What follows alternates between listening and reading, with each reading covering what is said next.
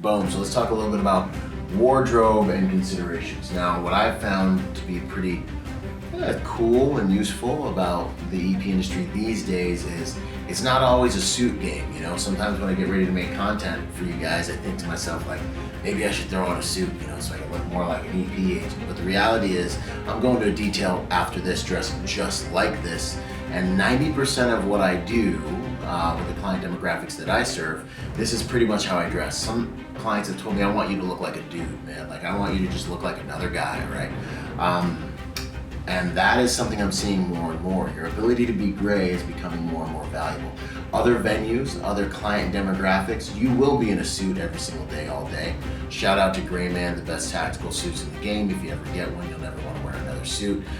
Those suits are pretty amazing and they are tactical. They definitely give you an advantage. But let's just talk about what I'm wearing, and I'll show you some of the stuff that the other guys are wearing. Maybe we'll get into a little bit of EDC and different things like that, right? So, you know, I'm wearing some nice dress shoes, right? But they've got a rubber sole. So if I need traction, if I need to run, I need to do all this stuff, I still can.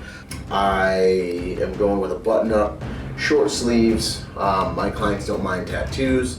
These days they're less of an issue, but if I need to, I can cuff up and I can cover all those different things. Scarf. I usually like to have something around, one, it regulates my body temperature, but two, it breaks up any contouring that's happening from anything that's happening here where I'm carrying my firearm, where I'm carrying different tools for the day. I like to have something that kind of breaks up those lines.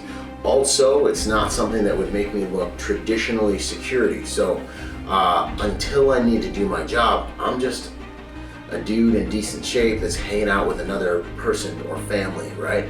So I'm not increasing the level of exposure by having a giant signature in my environment as being a security operator until I need to. And then obviously if I step forward and challenge someone or start interviewing, hey, how you doing? Start interviewing somebody, then obviously they start to realize that I'm a security professional, right?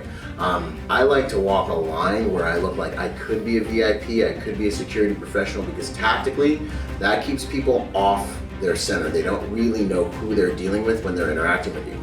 Some people perceive security professionals as just workers and people they don't need to respect.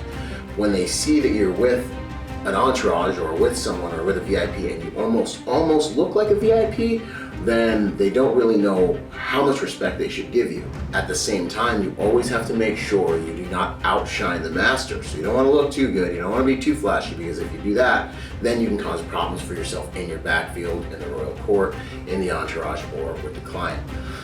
On your everyday flow, I find that suits may bump you above the radar, and you're gonna get packed when paparazzi sees you rolling around with Piggly Wigglies and suits, but sometimes that's what you have to do. And for those details, you need to make sure you have a suit that looks good.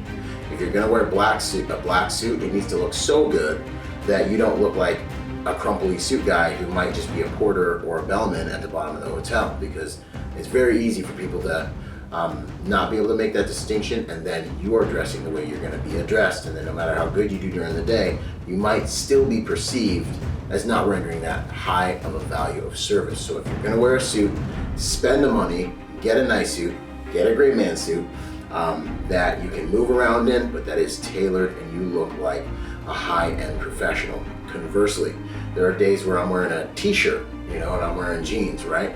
Now, those days I carry a firearm and gear that makes it easy to be able to do that. Sometimes you see me rocking the backwards hat. I rock the backwards hat because it makes me look more like a dude. It brings the stress level down. My principals and clients like it. I can get away with that in this game because of the client demographics that I serve. Little things. Maybe we'll get into some EDC and see kind of always obviously carrying a firearm when I can. Almost always have a pocket knife of some type when I can. I can't show you these because they're still in testing phase, more to come on that.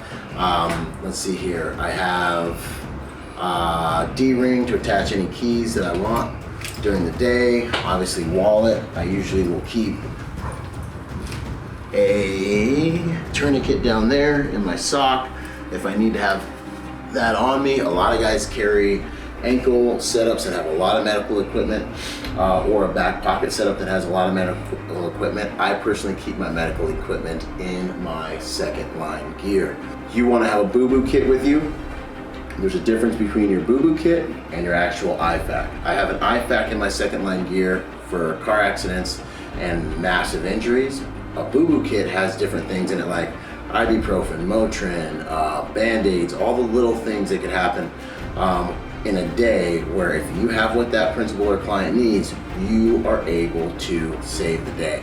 We go way deeper into gear and EDC and all those good things in the Training Day Success package. So I hope you'll get that and learn all the rest of the cheat codes.